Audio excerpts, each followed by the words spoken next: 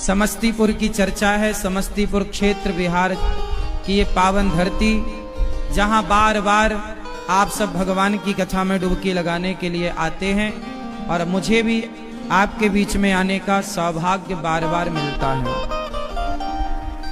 आप कितने लोग चाहते हैं कि मैं फिर से बिहार आऊं? तो बता दूं कहां आ रहा हूं। दरभंगा।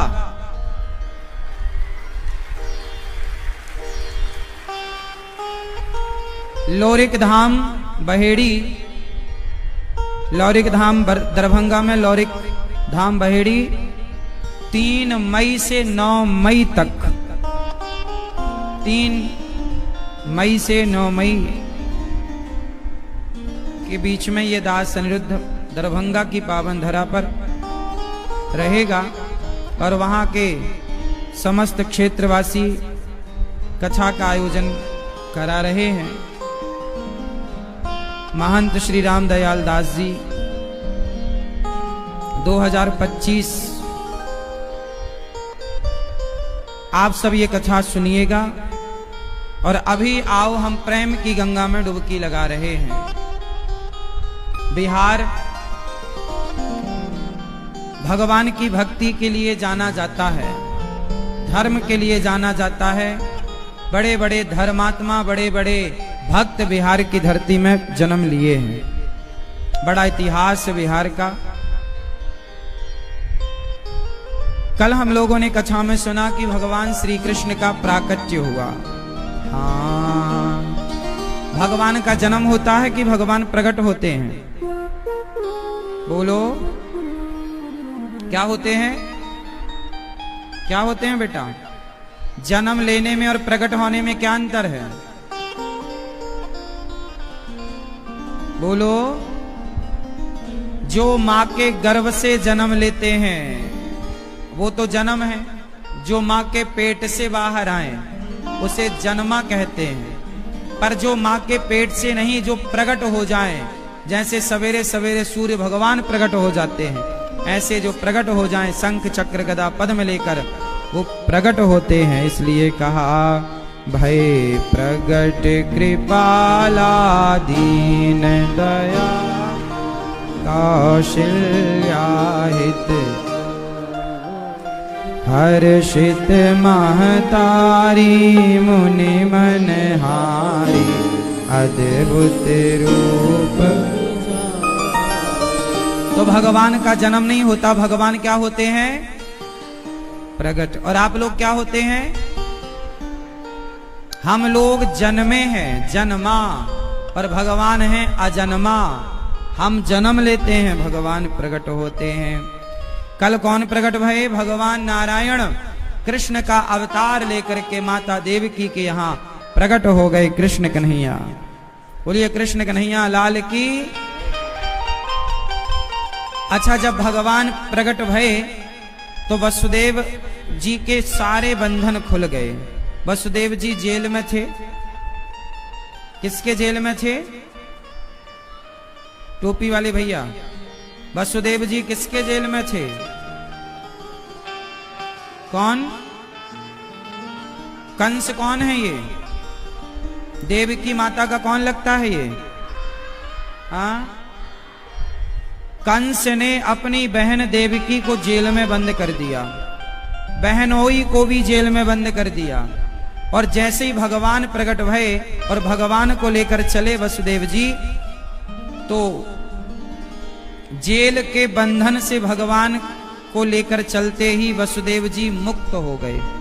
पांव की बेड़ियां खुल गईं, हाथ की हथकड़ियां खुल गईं। अच्छा, वसुदेव जी बंधन से मुक्त कैसे हो गए? क्यों हो गए? क्योंकि भगवान को लेकर चले। अच्छा, आप लोग बंधे हैं या मुक्त हैं? आप में से कितने लोग परिवार से, व्यापार से बंधे हुए हैं, जिम्मेदारियों से बंधे हुए हैं? आप में से कितने लोग बंधे हुए हैं? जो बंधे हैं कृपया हाथ उठा के हमें दर्शन दें। सारे लोग बंधे हैं। दादाजी आप बंधे हैं परिवार व्यापार जिम्मेदारियों से तो हाथ उठाएं। जो बंधे हैं कृपया हाथ उठा के दर्शन देने की कृपा। लो भैया पूरा बिहार बंधा है। चलो अब आप लोग बंधे हुए हैं, मैं आप में से कितने लोगों को मुक्त कर दूं? मैं अभी ये थोड़ा इसको नीचे कर दो इसको, ठीक है? तो सुनो ध्यान से। आप लोग कह रहे हैं महाराज जी हम बंधे हुए हैं। अरे पूरा सर है, हाँ ठीक है, इसको हम बंधे हुए हैं ऐसा आप कह रहे हैं। अब सुनो कैसे मुक्त होंगे।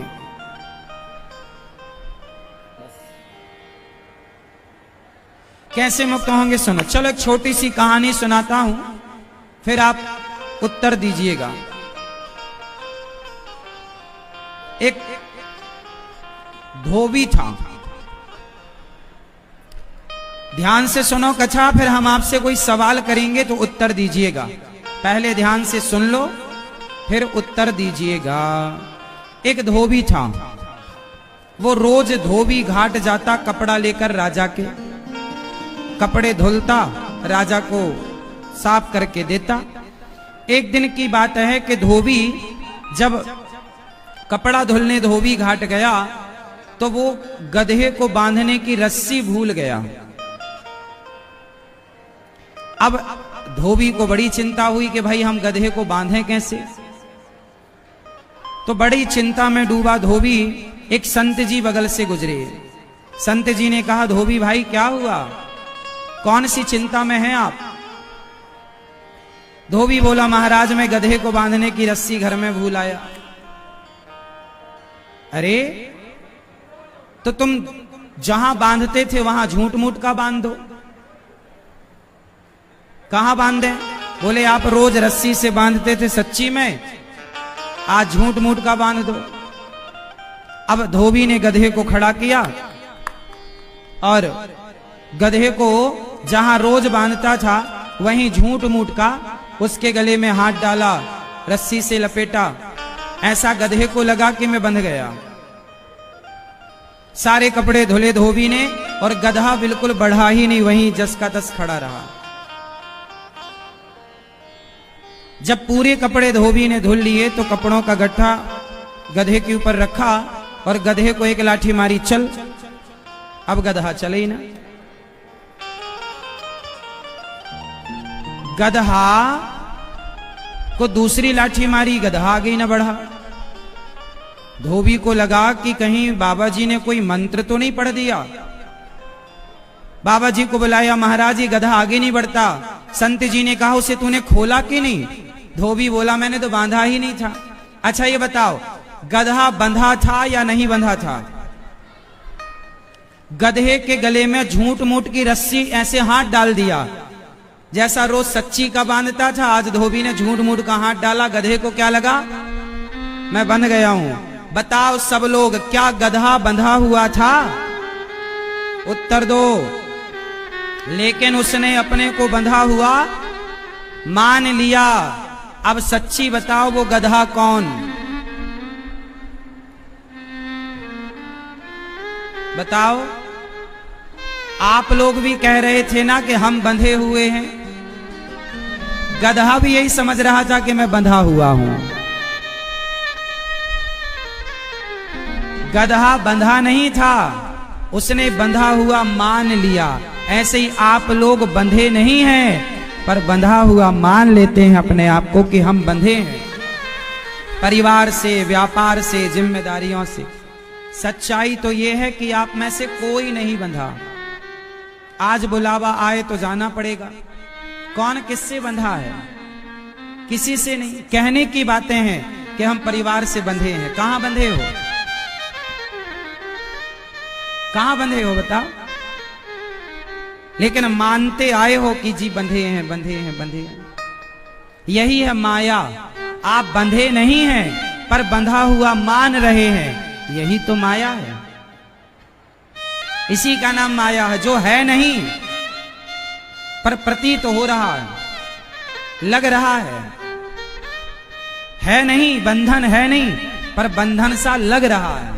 यही तो माया है। इसी को कहते हैं माया ईश्वर की, कि कोई को बांधा नहीं है विधाता ने, पर सबने बंधा हुआ मान लिया, हम बंधे हैं, हम बंधे। और आप लोग व्यवहार ऐसे ही करते हो कि आप बंधे हो। सच्चाई ये है कि आप कोई नहीं बंधे, सब मुक्त हैं। मुक्ति शरीर से होगी कि मन से होगी? बोलो, बंधन किसका है? शरीर का बंधन होता है कि मन का? बोलो बोलो। शरीर का कोई बंधन नहीं है, बंधन है मन का। परिवार में, व्यापार में आपका शरीर कम लगा है, मन ज्यादा लगा है, तो बंधन किससे है? मन के हारे हार है, मन के जीते जीत, मन ही मिलावत राम से, मन ही करत फजीत। घर ने हमें पकड़ा है कि हमने घर को पकड़ा है? बोलो। घर ने कभी आपको नहीं पकड़ा, सदा आपने घर को पकड़ रखा है। पैसे ने कभी आपको नहीं पकड़ा, सदा आपने पैसे को पकड़ रखा है। परिवार ने आपको नहीं पकड़ा, आपने परिवार को पकड़ा है। जब आपने पकड़ा है तो छोड़ेगा कौन? बोलो। चलो एक हाथ को दूसरे हाथ से जरा पकड़ो, ऐसे पकड़ो सब लोग। दादाजी प्रभु पकड़ लो ऐसे, एक हाथ को दूसरे हाथ, जरा जोर से दबाओ, कस के, जोर लगा के, और जोर से। ए लाला पकड़ ले बेटा, और कस के। अब छोड़ दो। अब बताओ कि पकड़ने में ज्यादा सुख था कि छोड़ने में? वही तो हम समझा रहे हैं कि संसार को पकड़ने में सुख नहीं है, संसार को छोड़ने में सुख है। और आप लोगों ने पकड़ रखा है, और जब आप पकड़ोगे तो बंधन तो होगा। अच्छा ये बताओ,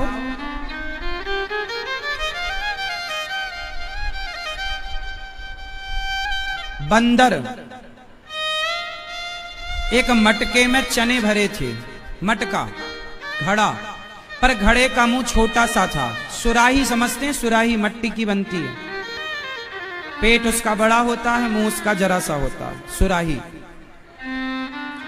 तो एक छोटे मुंह वाला एक घड़ा, सुराही, उसमें चने भरे हैं। एक बंदर ने हाथ डाला और चने पकड़ में आए तो उसने मुट्ठी बंद कर ली, और जब मुट्ठी बंद की तो उसका हाथ उस घड़े में फंस गया। अब बंदर को क्या लग रहा है कि इस घड़े ने हमें पकड़ लिया, जबकि पकड़ा किसने था? किसने? अच्छा, बंदर ने घड़े को तो पकड़ा नहीं था, बंदर तो मुट्ठी बंद किए था। इसलिए आपने ध्यान दिया होगा, जब आपका जन्म हुआ था तब आपकी मुट्ठी बंधी थी कि खुली थी? छोटे बच्चों की मुट्ठी बंद होती है कि खुली होती है? जोर से, जोर से। हाँ, बंदर ने भी मुट्ठी बंद कर ली, इसलिए वो फंस गया। उसे लगता है घड़े ने पकड़ा है, जबकि घड़े ने नहीं पकड़ा था, उसने चने को पकड़ा। यदि चने छोड़ दे, मुट्ठी खोल दे, तो जैसे हाथ गया था वैसे हाथ वापस आ जाएगा। लेकिन जब मुट्ठी बंद हो गई तो फिर वो फंस गया उस छोटे से घड़े में, छोटे मुंह वाले घड़े में। इसी तरह आप भी मुट्ठी बंद किए रहते हैं, इसलिए ये संसार के घड़े में आप फंस जाते हैं।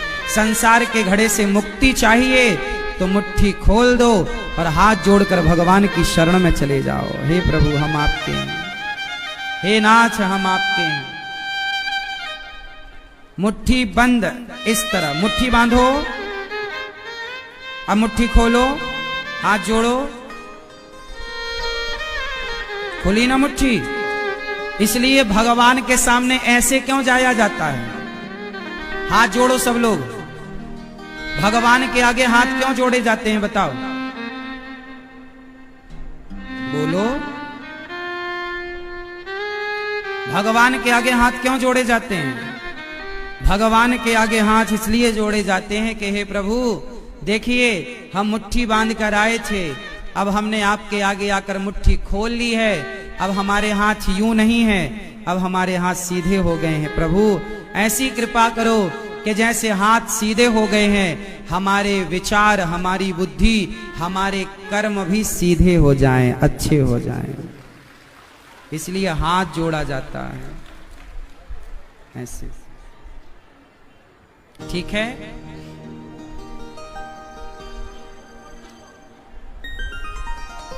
अच्छा ये बताओ, सबसे बड़ी उंगली कौन सी है आपके हाथ में? बोलो। ये हमारी 5 उंगलियां हैं। इन 5 उंगलियों में सबसे बड़ी उंगली ये है, लेकिन ये बीच में होती है। कहां होती है? बीच में। अच्छा ये सबसे बड़ी है। अच्छा सबसे छोटी उंगली कहां है? ये यहां है, इस तरफ। सबसे छोटी उंगली जो है ना, बेचारी की कोई पूंछ ही नहीं। जब आदमी इशारा करता है कि जब सीधी उंगली से घी ना निकले तो उंगली टेढ़ी कर लो, तो ये उंगली का प्रयोग, तू बहुत अच्छा है, तू बहुत बुरा है, तो ये उंगली का प्रयोग होता है ना। किसी को गुड कहना हो तो ये देखिए अंगूठे का प्रयोग होता है ना। बेचारी ये छिंगली का प्रयोग ना,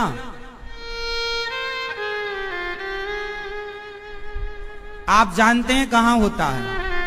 हाँ, इस उंगली को बड़ा बुरा लगता है कि मेरा प्रयोग कहां करते हैं लोग।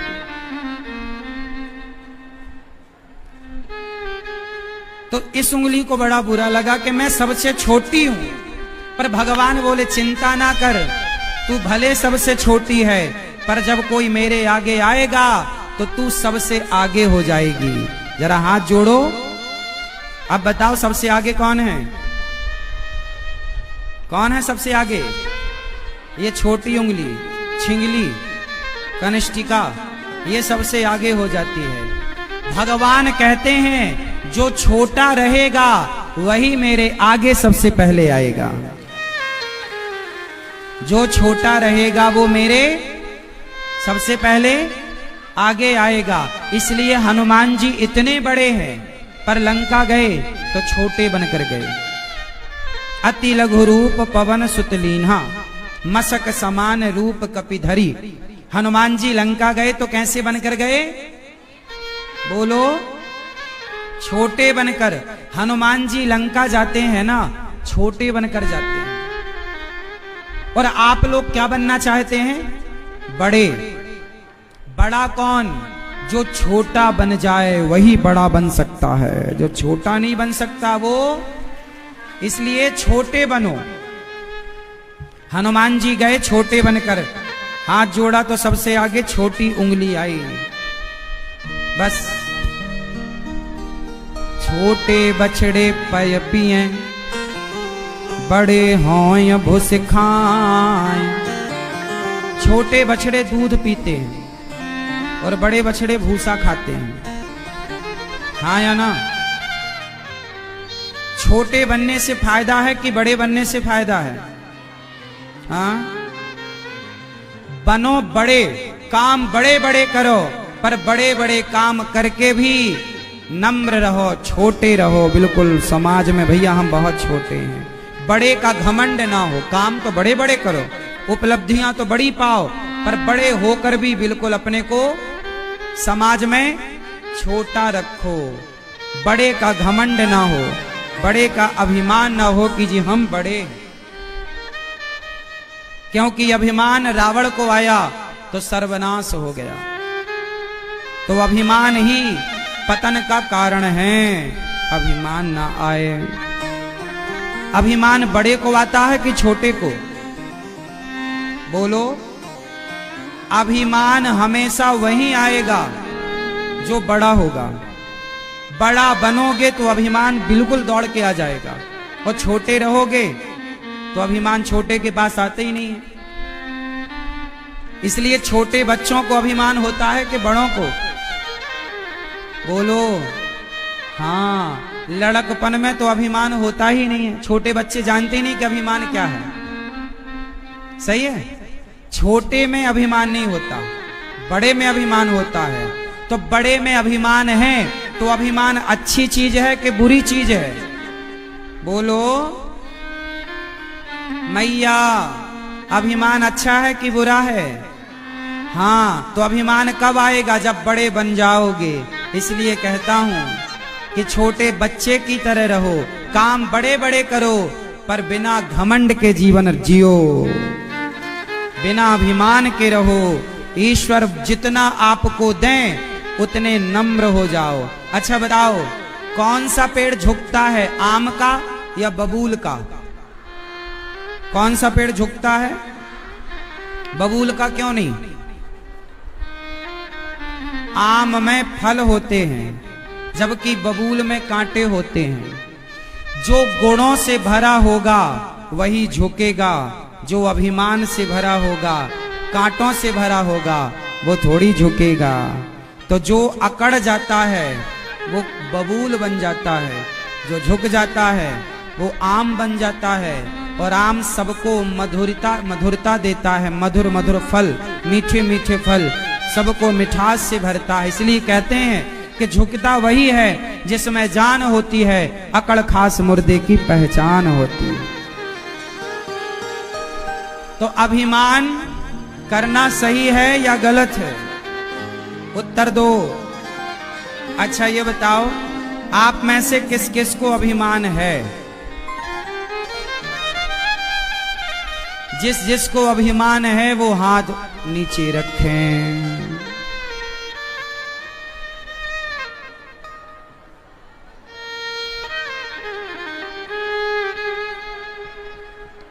अच्छा, जिनके हाथ नीचे मतलब अभिमान है।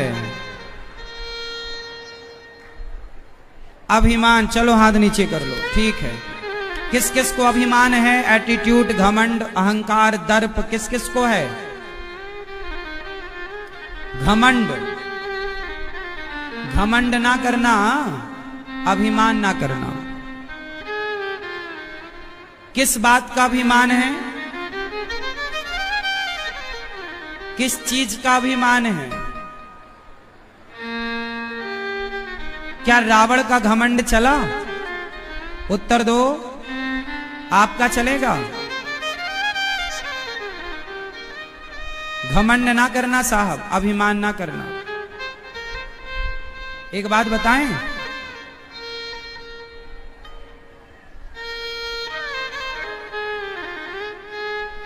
ध्यान से भैया, चुप रहो, शांत रहो, ठीक है?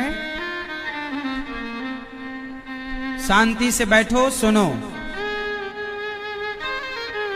बैठ जाओ। मैया, ओ भैया, ओ लाला, ओ टकलू,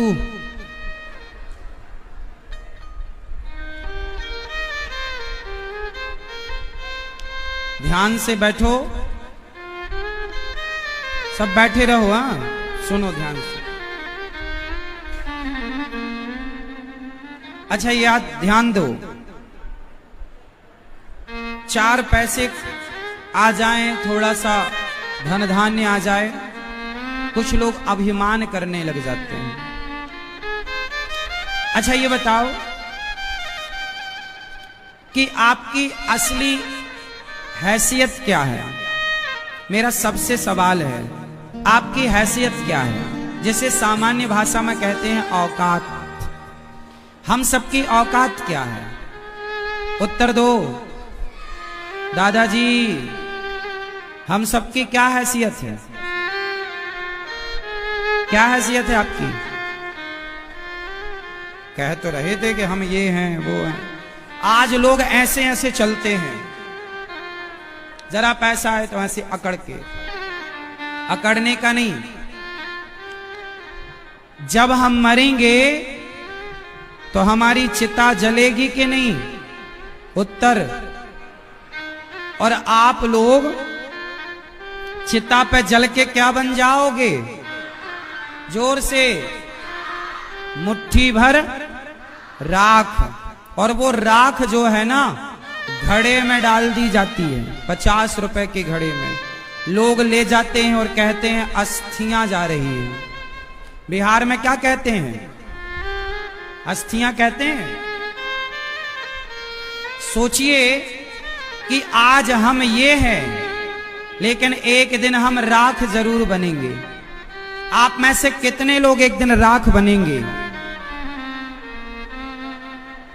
कितने लोग घड़े में समा जाएंगे 50 रुपए के, 100 रुपए के?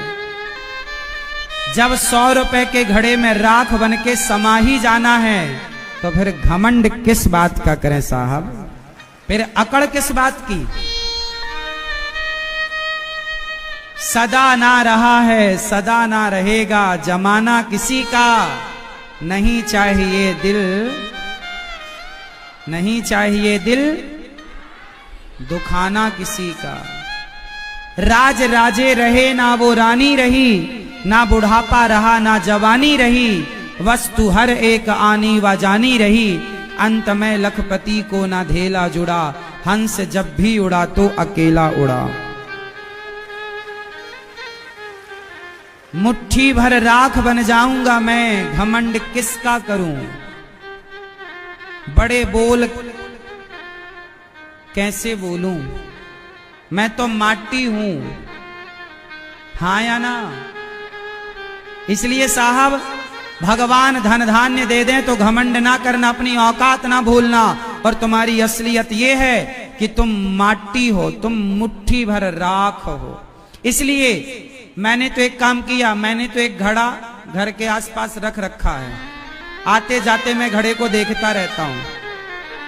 आप लोग भी अपने घर में एक घड़ा लटका लीजिए किनारे। आते जाते घड़े को जरूर देखा करो और देखकर ये विचार किया करो, एक दिन हमारी राख इस घड़े में समा जाएगी। घमंड किस बात का करना? और तुम्हारे गली मोहल्ले में जो ज्यादा घमंडी लोग हैं ना, उन्हें एक घड़ा गिफ्ट कर देना। ये लो, एक घड़ा। जो बड़ी बड़ी बातें करते हैं, मैं वो, मुझे नहीं जानता, ऐसा को एक घड़ा जरूर गिफ्ट करना चाहिए। लो भैया, वो पूछेगा ये घड़ा काहे के लिए? बोले इसी में समाओगे। आज बड़ी बड़ी गाड़ियों में रह लो, बड़े बड़े बंगलों में रह लो, लेकिन आखिरी में लकड़ी की नसैनी बनाई जाएगी। उस लकड़ी की नसैनी में आपको लिटाया जाएगा। नसैनी समझते हैं ना? सीढ़ी, अर्थी कैसी होती है? नसैनी की तरह। नसैनी समझते हैं ना? बिहार वासी नसैनी समझते हैं। क्या होती है? सीढ़ी। नसैनी मतलब बांस की नहीं बनती, सीढ़ी। जब आदमी मरता है ना, तो बांस का वही तो बनाया जाता है, 2 बड़े बड़े, और फिर उसमें छोटे छोटे स्टेप बाय स्टेप बनाए जाते हैं, उसमें लिटाया जाता है, बांध दिया जाता है, और 4 लोग उठाते हैं और ले जाते हैं शमशान की तरफ। कितने भी बड़े बंगले और गाड़ी में रह लो, लेकिन आखिरी हमें उस लकड़ी की नसैनी में, लकड़ी की सैया में सोना पड़ेगा। और आखिरी बिस्तर क्या होता है सबका? उत्तर दो। सबका आखिरी बिस्तर कौन सा होगा? बोलो बोलो। चिता। आखिरी बिस्तर क्या है? आखिरी बिस्तर, जब आखिरी बिस्तर चिता है, और चिता कैसी बनती है? लकड़ी की। जीते लकड़ी, मरते लकड़ी, देख तमाशा लकड़ी का। जब पैदा हुए थे ना, तो पलना लकड़ी का ही था, पलना लकड़ी का था। शादी करने गए तो मंडप भी लकड़ी का होता है। बुढ़ापे में बेटा साथ छोड़ता है तो हाथ में डंडा लकड़ी का होता है। जब मृत्यु होती है तो आखिरी बिस्तर लकड़ी का होता है। उस लकड़ी की सैया में चादर कौन सी होती है? बोलो। जब आप आखिरी चिता पर विश्राम करेंगे, जब चिता पर आप लेटेंगे, चिता का बिस्तर होगा, तो रजाई चादर काहे की होगी? बोलो। हाँ, अग्नि का चादर होता है, लपटें ऊपर उठ रही होती हैं। जब चिता जलती है तो लपटें ऊपर की ओर उठ रही होती हैं और ऐसा लगता है कि हमने आग को ओढ़ रखा है, आग को, और वो बिस्तर जलकर खाक हो जाता है। ये हमारी चमड़ी, ये हमारे बाल, ये हमारा शरीर राख बन जाता है। उस राख में हमारा अभिमान समाप्त हो चुका होता है। बड़ा बड़ा अभिमान, बड़ा एटीट्यूड, कौन नहीं राख बना? ये बिहार में हम लोग यदि पैदा भये हैं तो ज्यादा से ज्यादा 100 साल के लिए। तुम कितने साल बोलोगे? ज्यादा से ज्यादा 100 साल तक भी आजकल कोई पहुंच नहीं रहा है। 90 और 80 में ही कहानी पूरी हो रही है। 90 साल बाद तुम बोलना चाहोगे, बोल ना पाओगे, चलना चाहोगे, चल ना पाओगे, कुछ करना चाहोगे, कर ना पाओगे। इसलिए जब तक शरीर है, समाज के लिए कुछ भले काम कर लो, अच्छे काम कर लो, एक दिन तो राख होना ही है। अच्छे कर लो, जब तक जीवन है तो किसी को सताओ मत। ताकत है तो तुमने किसी को एक थप्पड़ जमाया ना, ताकत इसलिए नहीं मिली कि तुम किसी को मारो, ताकत इसलिए है कि किसी रोते को आप उठाओ और उसकी मदद करो, सहारा दो, किसी भूखे को रोटी दो। ये दास अनिरुद्ध, मैं इस बात को कहता ही नहीं, करता हूं कि जब तक प्राण है तब तक हमें सेवा करनी चाहिए और सपने में किसी का बुरा नहीं सोचना चाहिए। कोई हमारा लाख बुरा सोचे, कोई हमारा लाख बुरा करे, पर हम किसी का बुरा ना सोचेंगे, ना करेंगे। हम क्यों सोचें? आपने देखा होगा अनिरुद्धाचार्य को बहुत लोग बुरा कहते हैं, बहुत लोग गालियां देते हैं, पर मैं पलटकर किसी का बुरा नहीं सोचता। सबका मंगल हो, सबका भगवान भला करे। यदि तुम्हारी तरह मैं भी सोचने लगा तो फिर तुम में और हम में अंतर क्या रह जाएगा? इसलिए जो आपको सताए, परेशान करे, जो तुमको कांटा बुवे ताही बोए तू फूल। आप मुझे गाली देना चाहो तो दे दो, मुझे बुरा नहीं लगता, क्योंकि आदत हो गई है, अभ्यास हो गया है। कोई मेरा अपमान करता है ना, मुझे बुरा नहीं लगता, क्योंकि अभ्यास हो गया है। मैं इस संसार में सम्मान पाने नहीं आया, सेवा करने आया हूं। तो मैं जो करने आया हूं मैं कर रहा हूं। अब उसमें कोई अपमान करे, सम्मान दे, ना सम्मान अच्छा है ना अपमान अच्छा है। ना मैं सम्मान को पाकर के खुश होता, ना अपमान को पाकर दुखी होता। हर हाल में सम रहना चाहिए। क्या कहते हैं? बोलो मेरी मां। सम्मान पाकर अभिमान आता है और अपमान पाकर क्रोध आता है। जब आपका कोई अपमान करता है तो आपको गुस्सा आती है ना? बोलो हाँ कि ना? और सम्मान पाकर क्या आता है?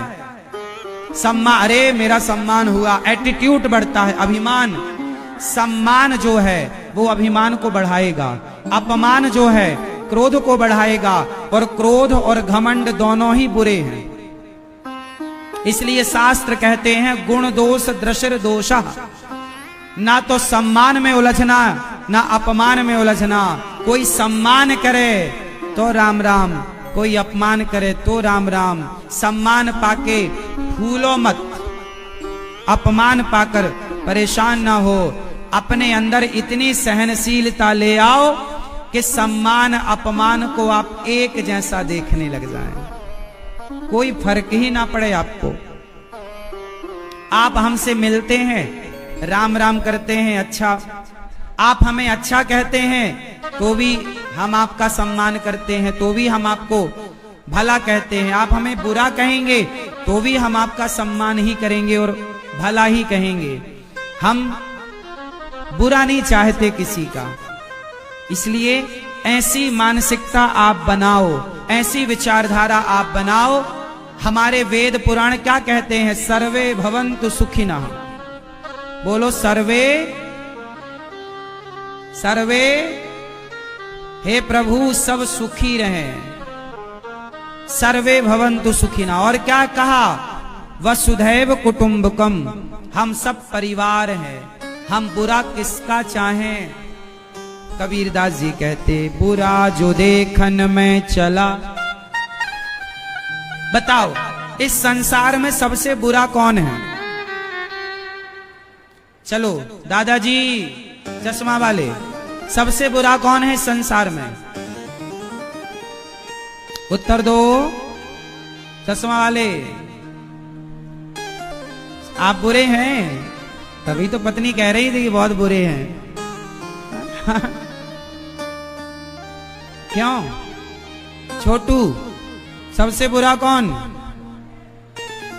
चश्मा वाले, टोपी वाले। सबसे बुरा कौन? पड़ोसी। हाँ, याद रखना मेरे नौजवान दोस्तों, एक सूत्र दे रहा हूं आपकी सफलता का। मेरी बात मान लोगे तो सफल बनोगे, नहीं मानोगे तो आप जहां आज हैं 10 साल बाद भी अपने आप को वहीं पाएंगे। और मेरी बात मान लेंगे तो तरक्की होगी। बात यह है कि बुराई देखनी है तो सदा खुद की देखो, कमियां मुझ में कहां हैं, मैं कहां गलत हूं। आकलन करना है तो अपना करना, देखना है तो अपने को कि मैं कितने गहरे पानी में हूं। खुद की बुराई देखो, स्वीकार करो गलतियां और सुधार करो। खुद की बुराई देखो, अच्छाई देखना है तो भगवान की, महापुरुषों की, संतों की अच्छाइयां देखो। दूसरों की केवल अच्छाई देखो और खुद की केवल बुराई देखो। लेकिन आप उल्टा करते हैं, खुद को तो बेहतर कहते हैं और दूसरों की बुराई करते हैं। अरे दूसरों की बुराई देख कर क्या सीखोगे? हमें सीखना है तो अच्छाई देखना पड़ेगी। आप कितने अच्छे हैं, मुझे आपसे सीखना है तो मुझे आपके गुण देखने पड़ेंगे। अब गुण से मैं क्या सीखूंगा? अच्छा ये बताओ, इस संसार में सबके पास गुण और अवगुण दोनों हैं या नहीं? इस संसार में वो कौन है जिसके पास गुण ही गुण हो, अच्छाई ही अच्छाई हो और बुराई ना हो? वो कौन है जिसके पास अच्छाई तो है पर बुराई एक भी नहीं है? कौन है संसार में? उत्तर दो। कौन है वो जिसके अंदर एक भी बुराई ना हो? बोलो। केवल भगवान ऐसे हैं जिनमें अच्छाई ही अच्छाई है, एक भी बुराई। आप में से कितने लोग ऐसे हैं जिनके भीतर कोई ना कोई बुराई है? जिसके भीतर बुराइयां हैं वो हाथ उठा सकते हैं। मैया, हरी मैया, आपके अंदर बुराई नहीं है? नहीं है, ये मैया बहुत अच्छी है, कोई बुराई नहीं है मैया के अंदर, है ना? हम सबके अंदर बुरा जो देखन में चला। आगे बोलो आप। बुरा जो देखन में चला, बुरा न मिलिया कोई, जो दिल खोजा आपुना, हमसे बुरा न कोई। तो अभिमान किसका करें साहब, अभिमान किसका करें?